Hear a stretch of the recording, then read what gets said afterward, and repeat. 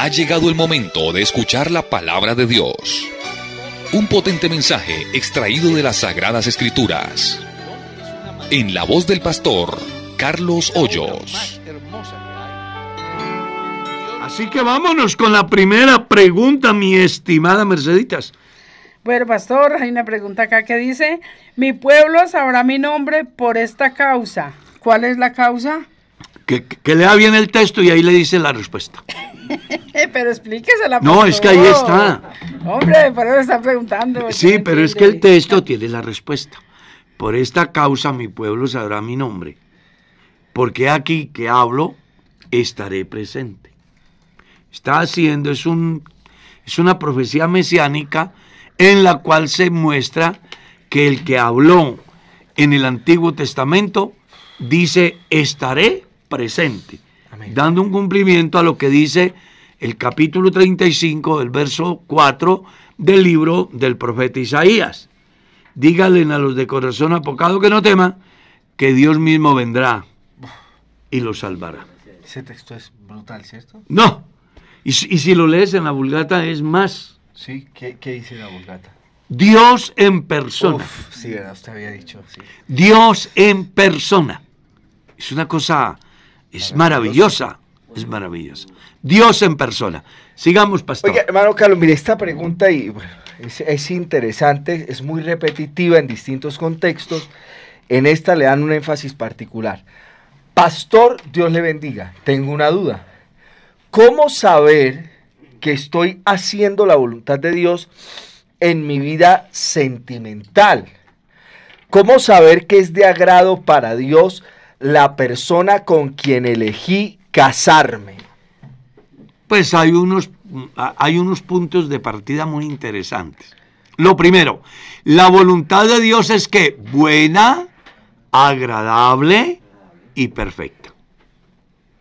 Creo que ahí debe de nacer esa esperanza del individuo. Ahora, ¿cómo entender qué es la voluntad de Dios? Cuando yo he reunido algunos aspectos. Número 1, de la persona de la cual yo me enamoro, debo de mirar en ella cosas muy importantes como su vida de fe. El punto de partida debe de ser, ¿ama al Dios que yo amo? ¿Cree en el Dios que yo creo? ¿Hace las cosas para Dios como Dios manda? 2, ¿en lo humano me satisface? ¿Veo atractivos en su físico que me llenan? ¿En su comportamiento en la familia? ¿Es un buen hijo, una buena hija? ¿Es trabajador? ¿Es honrado? ¿Ya? Cuando yo me enamoro debo de tener en cuenta el tejido social de la persona con quien me voy a casar. Porque eso de alguna manera va a influir en mi relación. Solamente basta con que leas Génesis 24. Génesis 24 da una enseñanza muy interesante, porque había mujeres en la tierra donde estaba Abraham, sí. ¿Eran bonitas? Sí. ¿Servían para la reproducción? Sí. ¿Servían para el placer? Sí. Y entonces, ¿por qué Abraham no quiso que una de esas fuera la mujer para su hijo? Bueno, porque no era de su misma cultura, no tenía su mismo Dios. Entonces, muchas veces los cristianos nos enamoramos de personas que no aman al Dios que yo amo, que son perezosos, que son malos hijos, malos ciudadanos, indelicados, y todo que porque son bonitos o bonitas, y entonces dicen después de que se casan y les va mal, pero si yo oré, pero si yo ayuné. Sí, usted oró y ayunó, pero lo hizo como no debía de hacerlo, porque uno sí tiene que mirar de antemano por qué camino va. Y si uno desde que arranca se da cuenta que es un tipo que no respeta a su papá ni a su mamá, una niña que tienen que hacerle todo, que no es solidaria con sus padres. Hombre, una persona que no respeta ni a Dios, ni al pastor, ni a la iglesia. Una persona que no es responsable con sus trabajos. Por más bonito que sea, pilas, abra los ojos, porque no se necesita mucho para saber, en un caso de esos, cuál es la voluntad de Dios.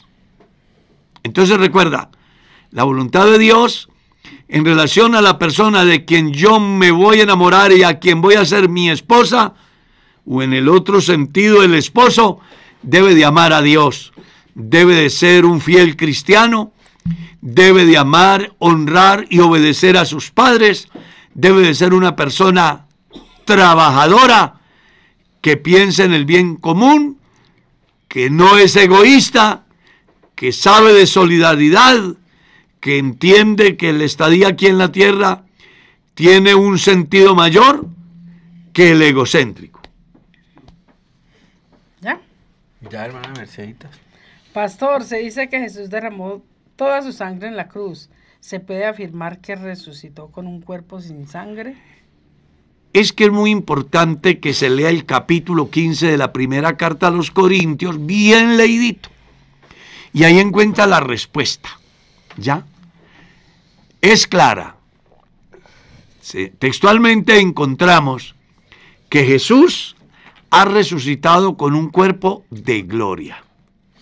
Y en la misma carta usted va a encontrar que la carne y la sangre no heredan el reino de Dios. Además, hay una enseñanza en el capítulo 15 de la primera de los Corintios, donde el apóstol dice, así como trajimos la imagen del terrenal, ¿de cuál? De ese que tiene sangre, de ese que se cansa. Ahora traeremos la imagen del celestial, ¿de cuál?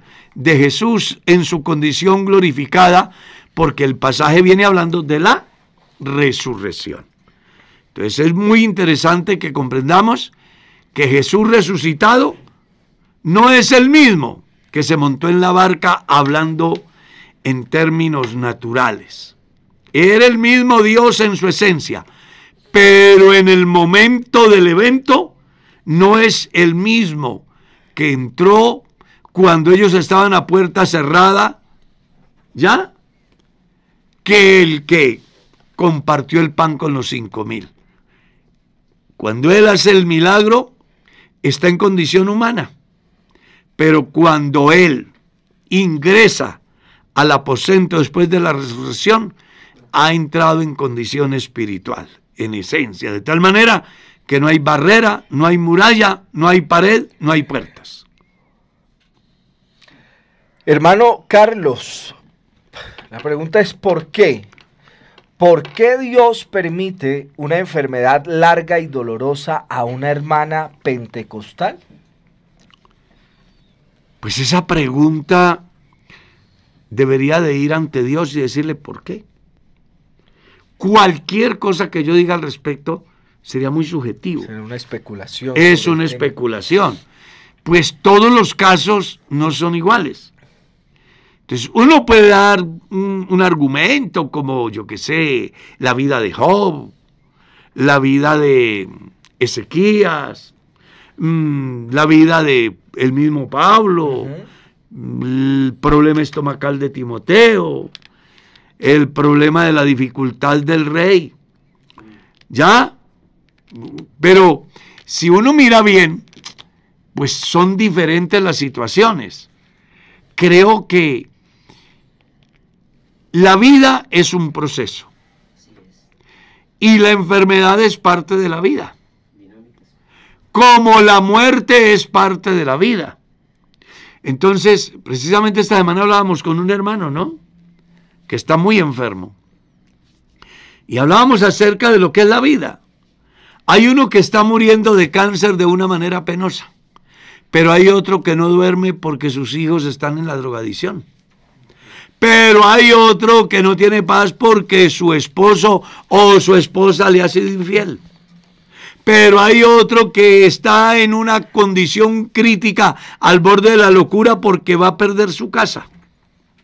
Entonces, la vida del ser humano en la tierra nunca será completa, a menos que entienda que en Cristo estamos completos independientemente de las circunstancias que tengamos que vivir, porque al final, yo lo he dicho más de una vez, la vida tiene sentido cuando río y cuando lloro, cuando estoy arriba y cuando estoy abajo, cuando tengo abundancia y cuando tengo escasez, cuando estoy aliviado y cuando me enfermo, cuando me aman, cuando me odian, cuando estoy aliviado, cuando me enfermo, cuando estoy vivo, cuando me muero. Esa es la vida.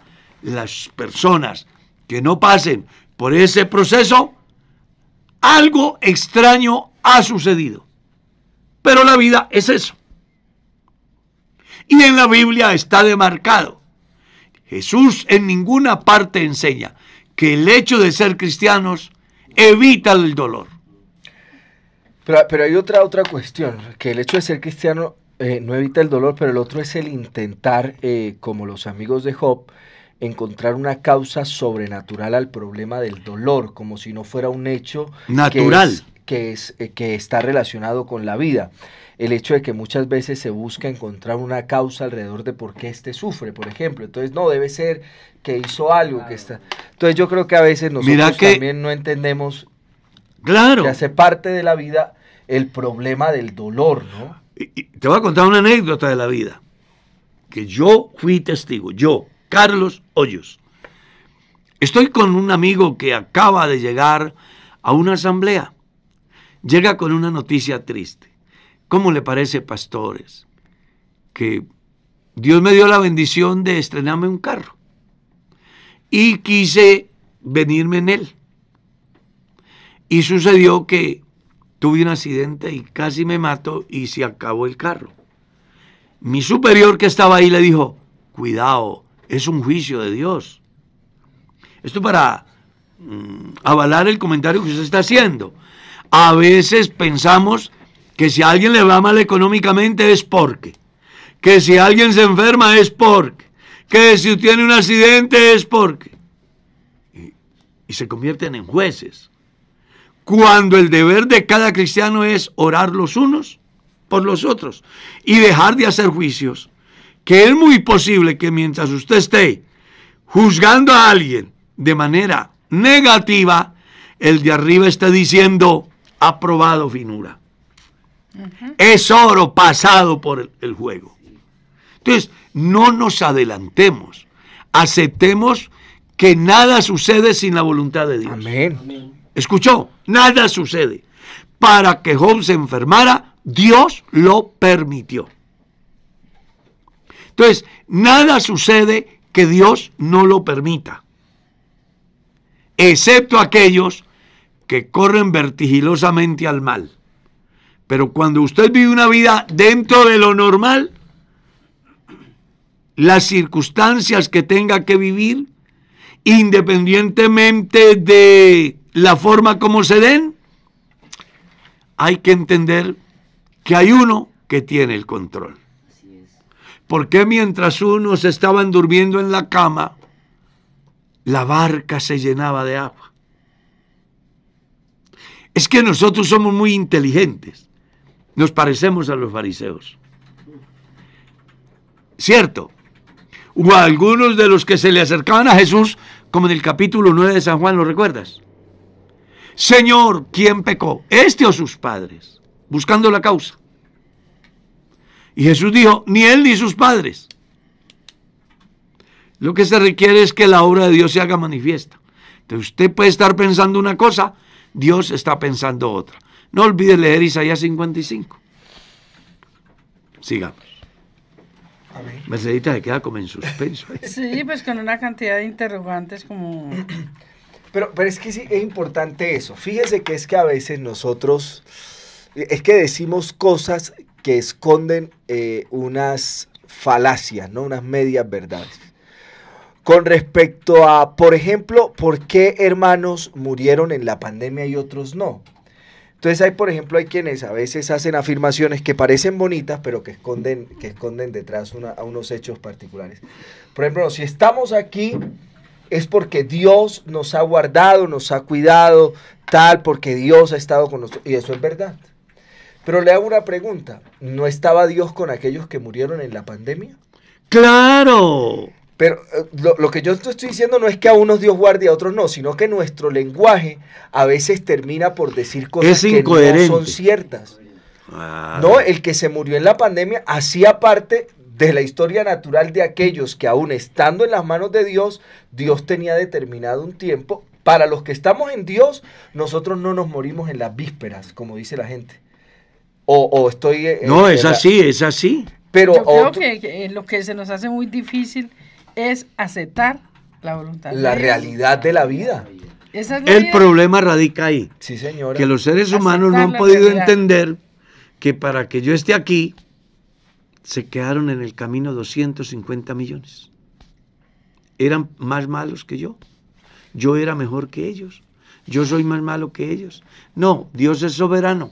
Él tiene un programa y simple y llanamente el deber de cada mortal es aceptar las decisiones de Dios. Por eso el profeta es claro cuando dice: no se alabe el sabio en su sabiduría, ni el valiente en su valentía, ni el rico en su riqueza. Alabas en esto el que quiera alabarse, en entenderme y en conocerme. Y en esas dos palabras se encuentra condensado todo lo que es Dios, en su soberanía y en su existencia. Entonces, cuando yo entiendo a Dios, no cuestiono por qué se fue mi hermano, o por qué se fue el niño, o por qué se fue el joven, o por qué el hermano Henry. Pues, si usted le sirve a Dios, ¿por qué está enfermo? Por ejemplo. Recuerda, Merceditas, el caso del hermano Henry. Hacemos la ceremonia de matrimonio de él el sábado, se va de luna de miel con su novia, llegan al lugar donde van a pasar la luna de miel, la novia le dice: tengo mucha sed, porque imagínate, van de un pueblo frío a un clima tan caliente como el de Cali, y claro, el viaje y todo, él dice: ya voy, mi amor, a traerte una gaseosa. Sale y se cae, se le activa un dolor de cabeza, urgente al médico, descubren que es un tumor que si lo abren se muere, y si no lo abren también.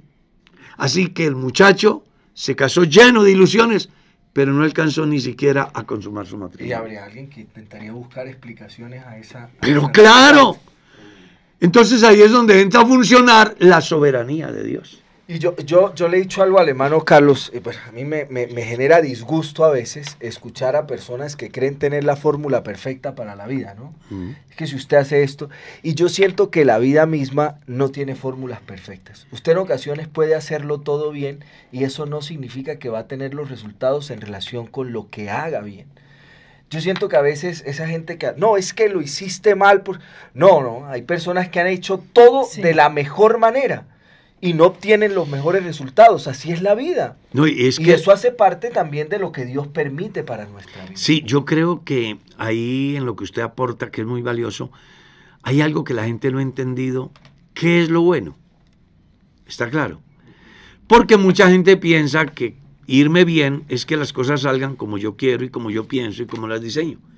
Y se nos olvida el dicho de los viejos y lo que Dios dice. ¿Cuál era el dicho de los viejos? Una cosa piensa el burro y otra cosa piensa el que lo esté enjalmando.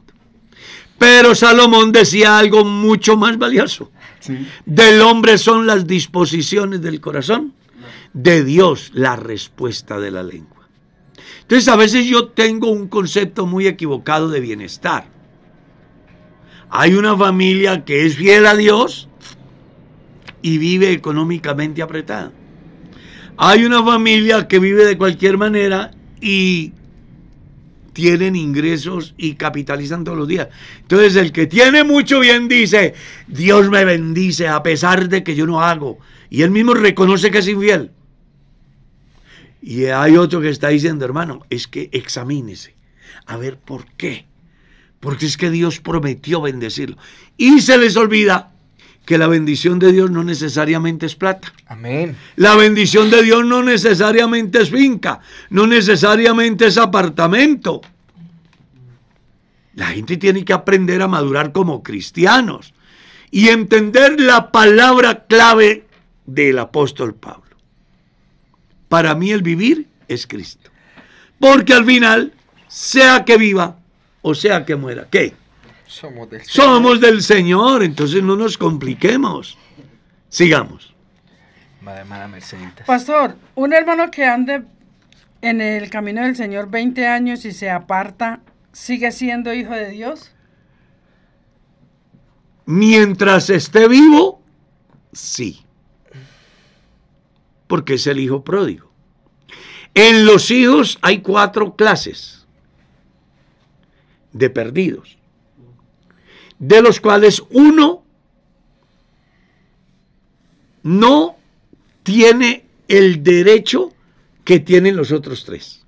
A ver, cuando hablo de los 4 perdidos, hablo del hombre natural, está perdido, no conoce a Dios.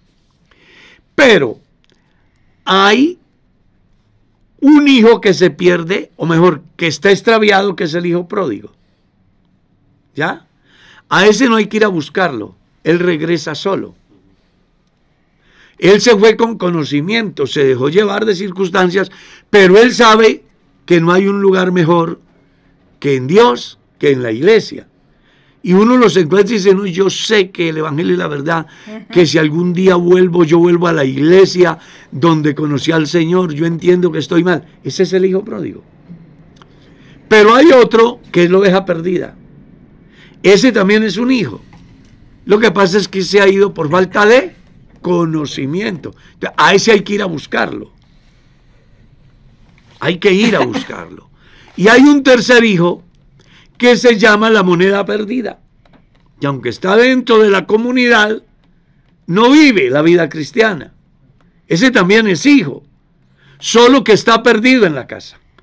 Para los 3 hay una solución que se llama Dios y que opera, 1, de mi voluntad, 2, de la ayuda del pastor y 3, o sea, el tercero, de la ayuda de la iglesia que barre la casa con la palabra y encuentran la moneda y ese día hay fiesta. Y del primero, que es el hombre natural, pues simplemente podrá llegar a ser hijo de Dios si hace lo que todos los cristianos hemos hecho: abrir un espacio para que Dios sea el amo, dueño y señor de nuestro destino. Entonces es bueno que la gente entienda eso. Una persona se va de la iglesia después de 20 años. Él sigue siendo nuestro hermano, porque a causa del bautismo en el nombre de Jesucristo, él no pierde el derecho a ser hijo. Está comiendo algarrobas. Él reflexionará y regresará. O él se perderá por falta de conocimiento. Mientras esté vivo, es hijo. El problema es si muere fuera de la casa, ahí sí es problema. En el momento que se muera, perdió el derecho de ser hijo. ¿Cuándo no pierde el derecho? Cuando está vivo. Como muy claro. ¿Cómo así una persona descarriada sigue siendo hijo de Dios? El hijo pródigo se fue. Es que esa es la enseñanza que da. Pero yo creo que no es que vuelve a ser hijo cuando regresa. La persona se va de la iglesia y el padre nunca pensó desheredarlo, dejar de ser hijo. Para el padre siempre fue hijo. El problema estuvo en el hijo.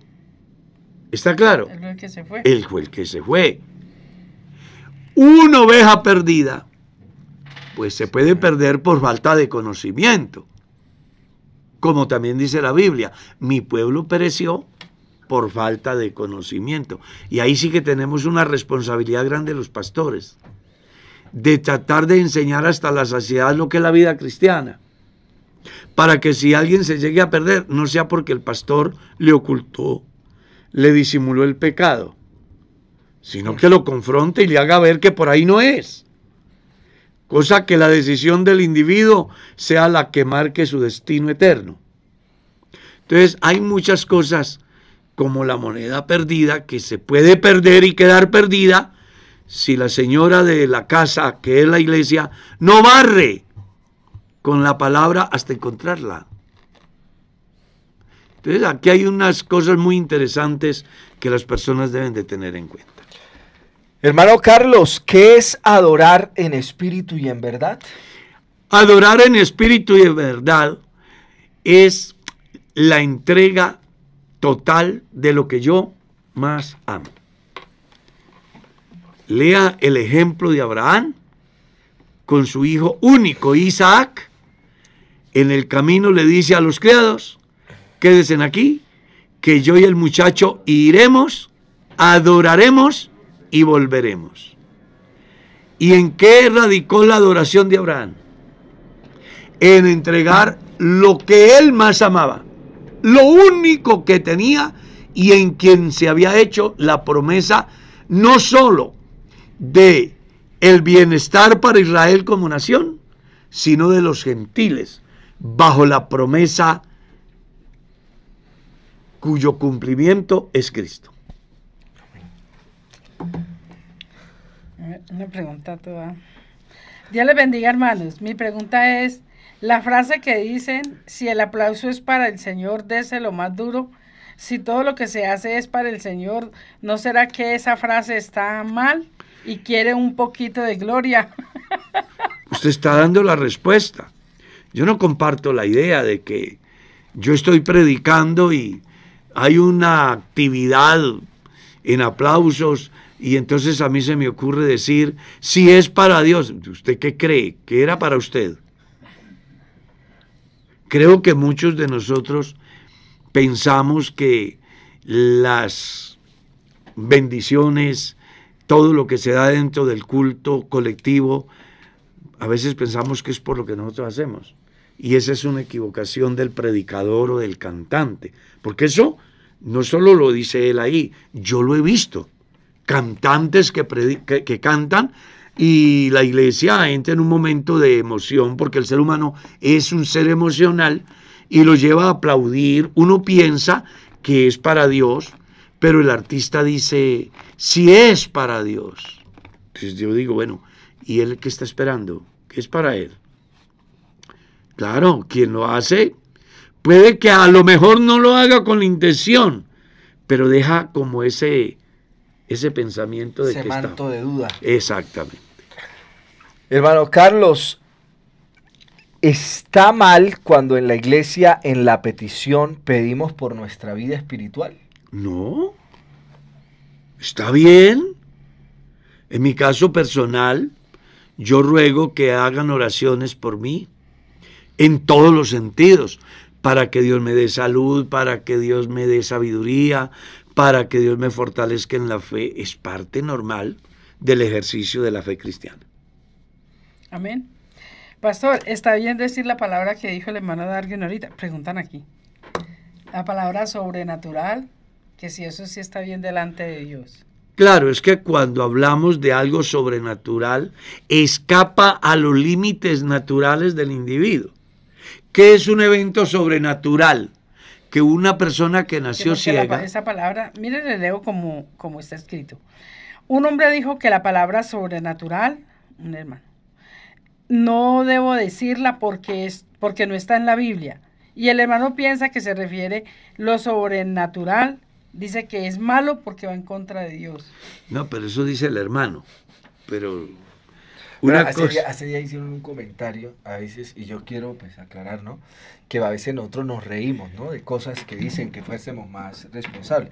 Pero a veces hay cosas que me dan risa y yo soy difícil de controlar. Y usted es muy risueño. Pero no lo hacemos en mal plan, ¿no? No, hay cosas que a mí me generan como un manto de... Que a la gente no le gusta que...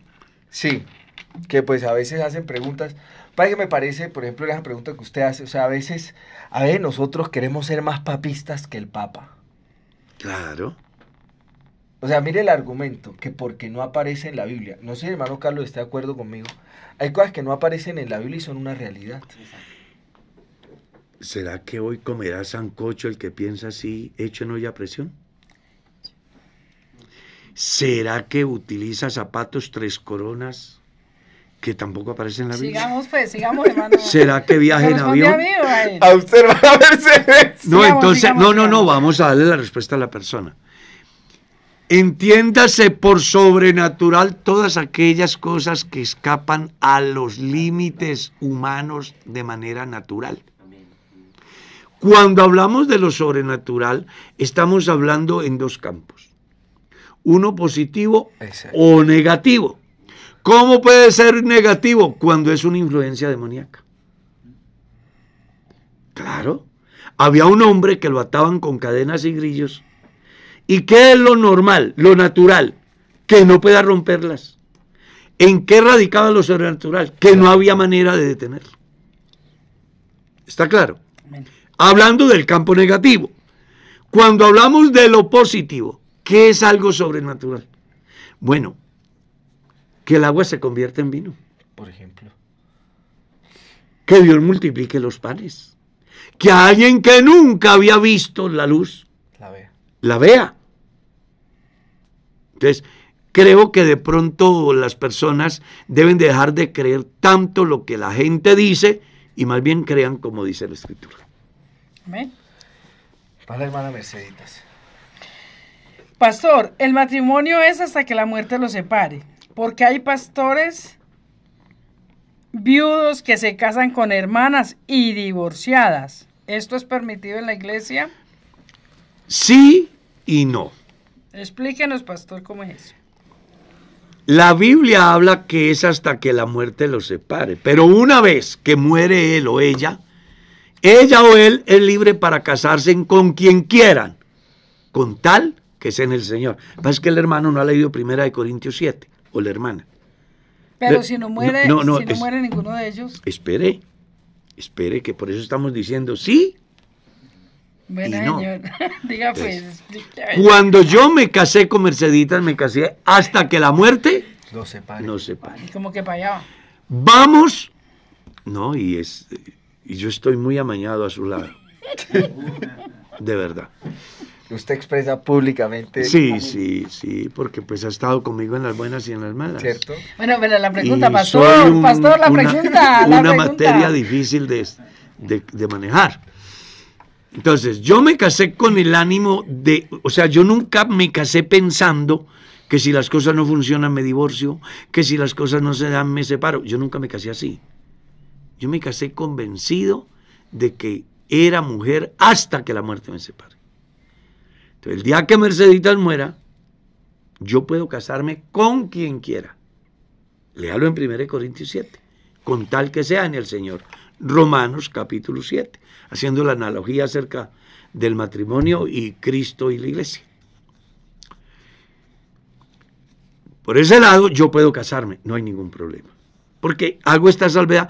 Me di cuenta de alguien que cuestionó a un pastor que porque se había casado por segunda vez, pero si suprime, que porque la Biblia dice debe ser marido de una sola mujer. Entonces piensan de que si queda viudo, tiene que seguir siendo marido de la que murió. No, él es libre a partir de que la otra parte muere o Sí, ella. señor. 2. Si una mujer por X o Y circunstancia se divorcia y mañana hay un pastor que se enamora de la divorciada, ¿ya? El pastor, y de una manera particular la divorciada, debe de hacer el trámite ante el tribunal eclesiástico para que el tribunal eclesiástico emita el concepto, que solo se da en dos sentidos, favorable o desfavorable. Si el concepto del honorable tribunal eclesiástico es favorable, está dando por sentado que el fracaso de la pareja anterior no fue por culpa de ella, sino por culpa de él. Entonces la iglesia, en su sabiduría, dice, no podemos condenar a la hermana o al hermano a que siga su vida cuando el otro fue el culpable. ¿Ya? Yo le coloco un ejemplo. Un muchacho de 25 años está comenzando a vivir, descubre que su mujer le falla. Y un día cualquiera se va la señora y no vuelve. Y está feliz con el otro. El muchacho va, le ruega, se le arrodilla, le suplica y no quiere. ¿Será justo que ese muchacho lo condene la iglesia a terminar su día solo? No. El problema tiene que tener una salida. Moisés la dio en la ley.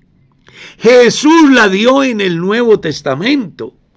La iglesia hoy, ante esas dificultades, crea un departamento a través del cual busca ayudar a esas personas que se consideran inocentes o menos culpables y que por encima de todo buscan ser salvos.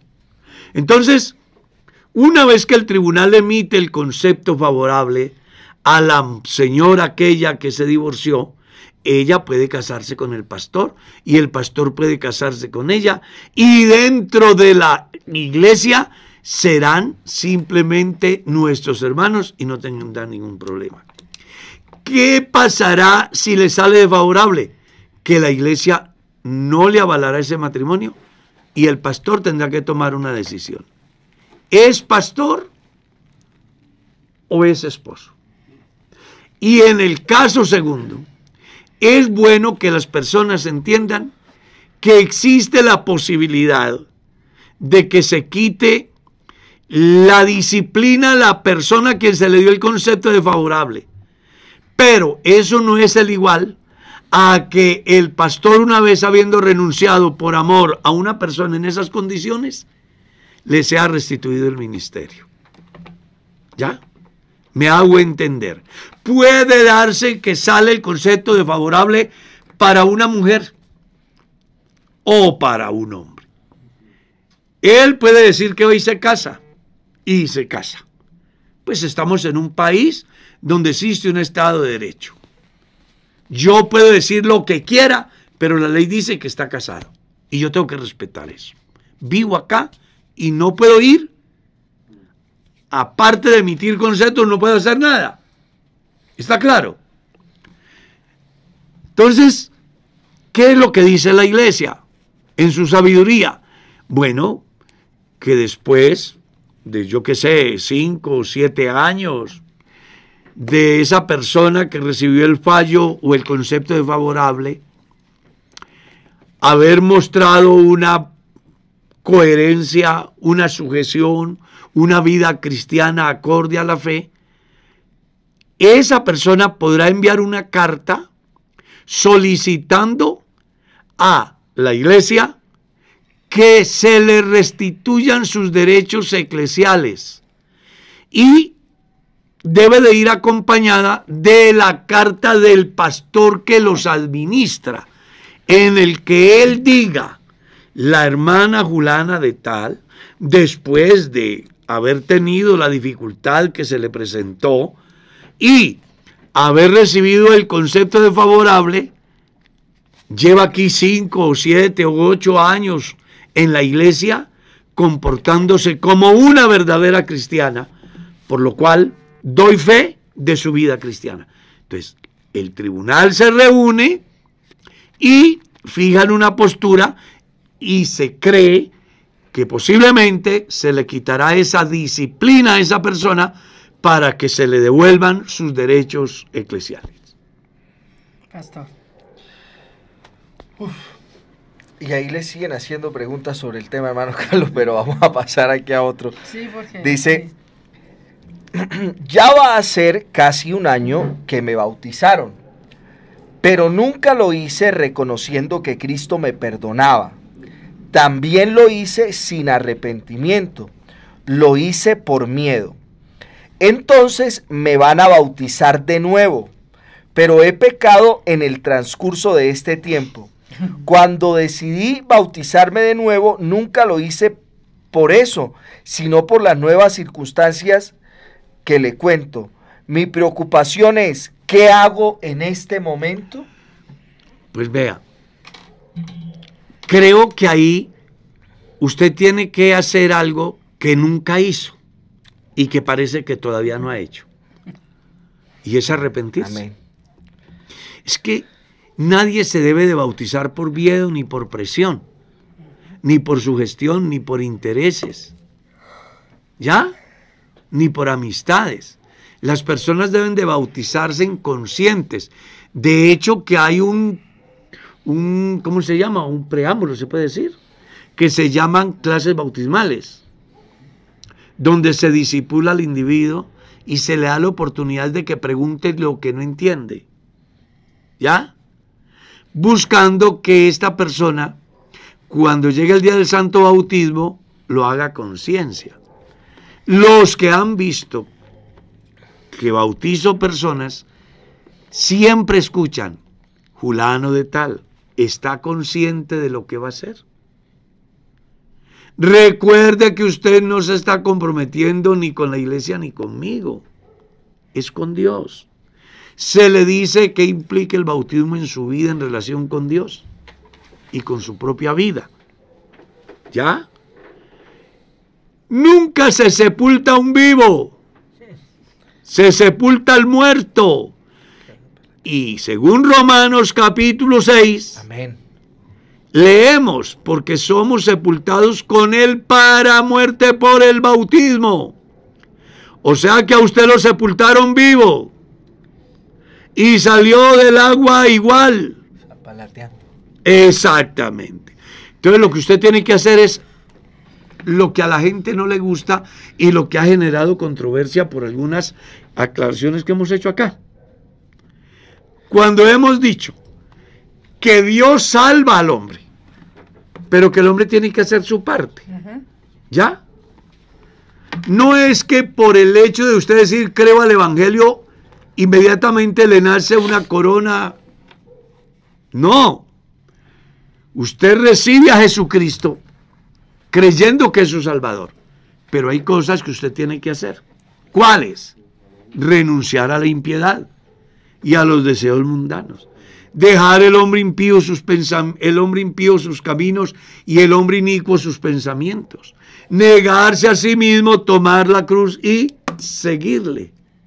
¿Ya? Mientras yo como individuo no entienda que para ser salvo necesito hacer mi parte, entonces no habrá salvación. Si usted cree que Dios lo va a salvar a usted por el solo hecho de decir yo creo en Jesús, olvídalo. Tienes que hacer algo. ¿Ya? Jesús le dijo a la mujer adúltera, ¿dónde están los que te acusaban? Ninguno te condenó, ninguno. ¿Qué le dijo Jesús? Vete. Yo tampoco te condeno, pero le entrego una responsabilidad a ella. ¿Cuál es? Vete y no peques más. Entonces la salvación ya era una realidad, pero dependía de una decisión, que es lo que la gente no ha podido entender. Yo estoy orando para que Dios me quite el vicio de la marihuana. Dios no le va a quitar el vicio de la marihuana a nadie. Yo estoy orando para que yo pueda serle fiel a mi marido, me dijo una mujer. Una mujer me dijo a mí, pastor, yo necesito que me bautice a ver si le puedo ser fiel a mi marido. Le dije, se equivocó. Porque el bautismo no es para quitarle a usted sus bajas pasiones. El bautismo es para perdonar sus pecados si usted está arrepentida. Es la aspiración ya de una buena conciencia. Sí, yo quisiera decir algo adicional, hermano Carlos. Hay una pregunta. No, enriquezcamos el debate. Las clases prebautismales. Usted que está encargado. Hay un aspecto que tocamos y es una pregunta. ¿Quién puede ser bautizado? La pregunta es, ¿todos pueden ser bautizados? Y yo les digo, la respuesta es no. Puede ser bautizado aquel que ha creído, se ha arrepentido y en consecuencia se ha convertido. Ese arrepentimiento como lo intangible, como esa decisión que toma la persona cuando ocurre un cambio aquí en su mente, que el texto original dice como la metanoia, el cambio. Pero ese rumbo de convertirse es una decisión personal. Yo voy por el camino del mal y un día me confronta la palabra de Dios, creo a la palabra de Dios, me arrepiento de los pecados que he cometido y ahí decido no solo arrepentirme, sino darme la vuelta, ahora darle la espalda al pecado y comenzar a caminar hacia Dios. Y esa es una decisión que solo yo la puedo tomar. Léalo en Jeremías capítulo 6, verso 16. Pastor. Dios genera conciencia acerca de la condición y del lugar donde se encuentra el hombre. Y le da un consejo adicional. Buscadlo para que te vaya bien. Pero ellos, que eran los que tenían la potestad de decidir, ¿qué dijeron? No andaremos. Paraos en los caminos, mirad y preguntad por la senda antigua, cuál sea el buen camino y andad por él, y hallaréis descanso para vuestra alma. Esa es la terapia de Dios al hombre. ¿Pero qué dijeron ellos? No andaré. Y Dios no los obligó, porque la voluntad de Dios es que el hombre sea salvo. Su gracia es para salvación a todos los hombres. Pero de ahí a que el hombre sea salvo, hay una importante palabra que se llama decisión. Y volvemos a lo que dijimos la vez pasada, hermano Carlos, si esa decisión dependiera de Dios 100%, entonces nosotros caeríamos en la presunción del calvinismo, ¿no? Exactamente. Que Él nos eligió y entonces Él es el que hace el cambio en usted, y no que está dado para todos, pero yo acepto esa verdad, decido aceptarla y tomo la decisión entonces de renunciar a todo aquello que me alejaba de Dios y comienzo a caminar. Es que son dos ofertas. Una que es buena, la eternidad con Dios, la vida eterna, el cielo mismo, pertenecer al cuerpo de Cristo, poder disfrutar de ese maravilloso evento que la Biblia llama las bodas del Cordero. Pero hay otra oferta. No sé si ustedes recordarán que, no sé si fue en la iglesia donde dimos una enseñanza acerca de que el hombre es como un botín. ¿Ya? Sí, señor. Donde hay dos que se lo disputan. ¿Quiénes? La carne con sus deseos y el Espíritu de Dios que nos cela con celo inexplicable, con un celo eterno. Entonces la carne le ofrece diversión, placer, violencia, todo lo que a usted se le ocurra. Pero el Espíritu de Dios le dice: yo le ofrezco amor, gozo, paz, paciencia, benignidad, bondad, fe, mansedumbre, templanza. Y el hombre está en el medio. Dependiendo de ese hombre que habita en este vehículo, preste la atención, así será su eternidad. ¿Ya? Entonces una persona que quiere ser salvo, pues yo le aconsejaría al pastor de esta persona que primero mire si está dando frutos de un verdadero arrepentimiento, porque esa fue la exigencia, ¿lo recuerdas? ¿Qué era lo que les decía Juan a toda esa gente que venía emocionada? Le hablaba con un lenguaje muy... Pues muy digámoselo. suavecito. ¡Oh, generación de víboras! Bien. ¿Quién nos enseñó a ir de la ira venidera? A hacer frutos dignos de un verdadero arrepentimiento. O sea que Juan no bautizaba a todo el que quería. Decía, tienes que dar frutos, porque no se entierran a los vivos, se entierran a los muertos. Y el bautismo es para los que están muertos al pecado, a fin de que una vez sepultados de manera simbólica en las aguas bautismales, al salir de ella, de una manera simbólica, nazcan a una vida nueva. Sigamos. Amén. Jesús, antes de su ascensión al cielo, les dijo: mirad mis manos y mis pies, que yo mismo soy, palpad y ved, porque un espíritu no tiene carne ni huesos, como veis que yo tengo. Está en Lucas 24:39. Así que considero que la glorificación de su cuerpo fue en ascensión, ¿o estoy errado? Lo que pasa es que una cosa es Jesús durante 40 días antes del Pentecostés. Otra cosa es Jesús 50 días después del Pentecostés. ¿Por qué? Espera. Voy a dividirlo en 3 tiempos. ¿Está claro? Una cosa es Jesús con los discípulos antes de su muerte. Otra cosa es Jesús con los discípulos de la resurrección al Pentecostés. Y otra cosa es Jesús del Pentecostés hasta hoy. Siendo el mismo, su forma de darse a conocer entre sus discípulos fue diferente. Entonces, para Tomás y todos aquellos no era complicado estar cerca de Jesús cuando multiplica los panes. Era una persona. Pero después de la muerte de Cristo, se presenta el fenómeno de la incredulidad en Tomás. Y en razón a eso es que él les dice, venga, usted no cree que yo soy, pero voy a probarle con hechos de que yo soy, buscando disipar la incredulidad de Tomás y de los otros que pudieran tener esa incertidumbre. Pero después del Pentecostés, ya no es Jesús con ellos, es Jesús en ellos, que es lo que las personas deben de tener en cuenta. Sigamos. Hermano Carlos, aquí hay una pregunta. Dice, ¿la mujer del flujo de sangre es la misma de la niña endemoniada? No puedo darle esa respuesta porque no sé responderla. ¿Cuál fue la pregunta? ¿La mujer del flujo de sangre es la misma de la niña endemoniada? La Biblia no dice, entonces yo no puedo decir. Sigamos. Hermana Merceditas. Bueno, son tantas que... pastor, ¿cuál es la versión que dice Dios en persona? Ah, es la Vulgata Latina, Listo. de Félix Torres Amat.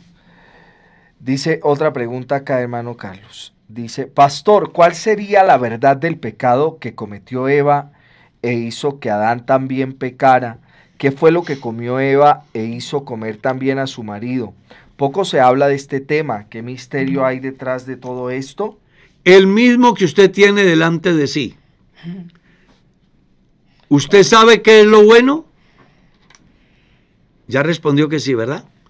¿Usted sabe qué es lo malo? Ya respondió que sí. Pero ¿en quién está la decisión? En usted.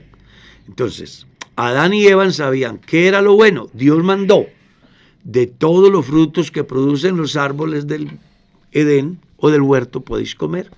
Pero hay un árbol que produce un fruto que se llama el fruto o el árbol de la ciencia del bien y del mal. Sí, señor. El día que comáis de él, de cierto moriréis. ¿Qué fue lo que pasó? Bueno, que ellos desobedecieron al mandamiento de Dios, porque era un mandamiento, y mandó Jehová Dios al hombre, un mandamiento. Dejaron de atender al mandamiento de Dios por atender la charlatanería de Satanás, y eso es lo que marcó la diferencia. No era el árbol, no era un fruto de manzano, como algunos piensan, no, era simplemente una decisión frente a la cual ellos debían de fijar una postura, decir sí o decir no. A eso es a lo que la Biblia se refiere. Amén. Quisiera saber quiénes son los que están debajo de la tierra cuando dice la Escritura que toda lengua confesará que Jesucristo es el Señor. Bueno, el único que trataron de hacer poner en un ataúd de bronce fue a Mahoma, ¿no? Que trataron de sostenerlo en el espacio. Uh-huh. La verdad, en el orden bíblico, todos los que mueren, ¿a dónde están? Debajo de la tierra. Ya. Sí, pastor, sí. Sigamos. Ay, que yo encuentro. Dice acá una pregunta, hermano Carlos, dice, es como que la introducción es importante, dice, me encanta el programa, hermano Carlos, Sí. pero hay pastores que no están capacitados para entender algunos problemas que presentan los miembros de su congregación. ¿A dónde puede acudir entonces la persona? Los creyentes que se les presenten esas dificultades, primero tienen que hacer un autoanálisis. Porque mire que hay casos muy interesantes y vamos a tratar, creo que con esta pregunta vamos a cerrar el programa. Vea, lo que pasa es que en el campo de la interpretación, el ser humano es muy susceptible y muchas situaciones de las que se dan son por la forma como se interpreta, dependiendo en el campo teológico de la escuela de donde venga y dependiendo en el campo cultural de la región donde esté la persona. ¿Ya? Entonces, es muy diversa la situación, porque puede ser que para usted es un problema una actitud de su pastor, pero resulta que dentro de la cultura de él no es un problema. Yo se lo comento porque he viajado y he estado en diferentes lugares de Colombia y lo que aquí es bien dicho, allá es mal dicho. lo que aquí no escandaliza, allá escandaliza. ¿Sí? Entonces yo creo que ahí lo que tenemos es que ser maduros en la fe y entender que de alguna forma influyen mucho las culturas en el comportamiento de los individuos. Ahora, si es en el área teológica, pues también tienes que pensar que dependiendo de la escuela, así actúa el estudiante o el exponente. Si su pastor viene de una escuela como de donde yo vengo, la escuela de donde yo vengo es simplemente muy fundamental, casi que fundamentalista, porque imagínate que no se podía tomar fotos en el salón, porque era ¿qué? Pecado. No se podía leer el periódico porque era ¿qué? Pecado. Pecado. No se podían tener libros porque era pecado. No se podía oír noticias porque era pecado. A mí me pusieron en disciplina porque una inconversa me dijo, Dios lo bendiga. Entonces el pastor dijo, esa es unión en yugo desigual.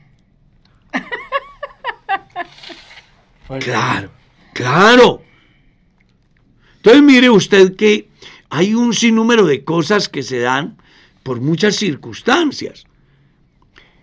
En el campo de la administración también se debe tener en cuenta esas variantes, porque resulta que muchos de los que hemos salido al santo ministerio, aunque tenemos el llamado de Dios y salimos con todo el ánimo de hacer lo mejor para Dios, y el pastor que nos envió pensó que éramos las personas idóneas, nos hacía falta conocimiento en muchos campos y por eso hemos cometido muchos errores. Entonces, ahí va a entrar a funcionar muy bien la madurez de la iglesia para aceptar que el pastor es una persona que tiene aciertos y desaciertos, que lo que pasa es que no se puede satanizar cosas que son de solución en el proceso del ejercicio ministerial, que el pastor va a ir superando en la medida que va teniendo vivencias y que la iglesia a través del ministerio de formación busca corregir, minimizar, orientar, buscar que el pastor se vaya perfeccionando para ese ejercicio. Amén. El tiempo se nos fue.